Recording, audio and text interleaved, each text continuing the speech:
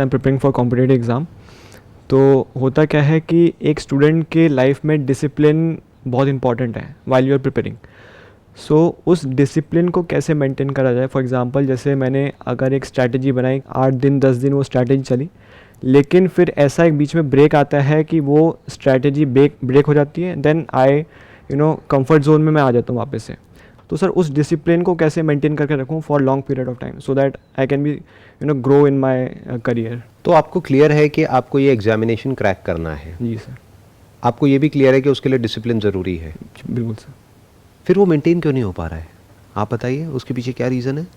Sir actually I feel कि जब एक पीरियड आता है कि जहाँ पर मुझे लगता है कि नहीं, अब आई एम इन कंट्रोल, अब मैं आगे बढ़ सकता हूँ, आगे उस चीज़ को फॉलो कर सकता हूँ, आगे अपने दिन को बढ़ा सकता हूँ अपने अकॉर्डिंगली।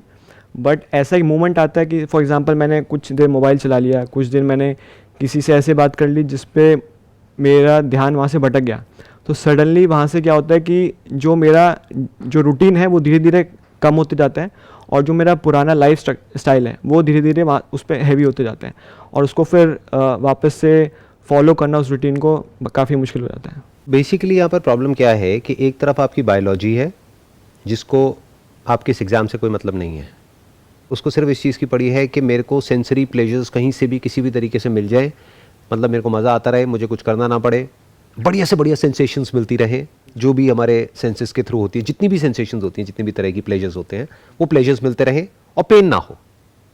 Yes sir. तो बेसिकली जो फंडामेंटली जो प्रॉब्लम है वो ये है कि अब या तो ये जो पढ़ाई आप कर रहे हो, ये जो तैयारी कर रहे हो, ये प्लेजर होता उससे बड़ा या एटलीस्ट उतना ही जितना कि वो है, वो जो सेंसरी प्लेजर्स हैं आपके लिए, है ना। बट ऐसा तो है नहीं, क्योंकि अगर वो होता तो ये क्वेश्चन ही नहीं उठता। Yes sir. वो आपके लिए पेन है, तभी तो वहाँ पे ध्यान को लगाना पड़ रहा है, यस और ध्यान अपने आप कहीं और लग रहा है। फॉर एग्जाम्पल मैं आपको एक सिंपल एग्जाम्पल देता हूँ। आपके दादाजी या आपके परदादाजी कोई भी आपको एक मैप दे देते हैं अपनी डेथ से पहले कि बेटा ये मैप है, वहाँ जाएगा हमारे उस पुराने घर में, तेरे को वहाँ पे खोदना है, और वहाँ पे नीचे ना कुछ खजाना दबा हुआ है जिसकी वैल्यू आज की डेट में करोड़ों रुपए की है। तो अब उसको खोदने में मानो 10 दिन लगने वाले हैं, और आप किसी और की हेल्प नहीं ले सकते, नहीं तो सबको पता लग जाएगा। तो अकेले आपको खोदना है अगले 10 दिन तक, या ये मान लो अगले 1 महीने तक। वो काम हो जाएगा या नहीं हो पाएगा? सर हो जाएगा। क्यों? क्योंकि आउटकम क्लियर है माइंड में कि 1 महीने बाद गारंटेड है कि मुझे ये मिल जाएगा। यस। अभी जो आप कर रहे हो वहां पे यही सर्टेन नहीं है कि आपका होगा या नहीं होगा। एक रेस है जहां पे आप चाहे जितना मर्जी तेज भाग लो, बट अकेले आपसे कुछ नहीं होता, बाकियों पर भी डिपेंड करता है कि वो कितना तेज भाग रहे हैं। अगर आपसे तेज भागने वाले बैठे हैं तो उनका हो जाएगा, आपका नहीं होगा। प्लस और बहुत सारे फैक्टर्स वहां पे प्ले करते हैं।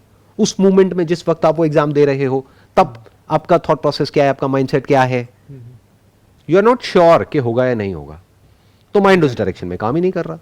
माइंड क्या बोलेगा अपने आप को कि मैं इतना एफर्ट करता रहा हूं, पता नहीं होगा भी या नहीं होगा। Exactly sir.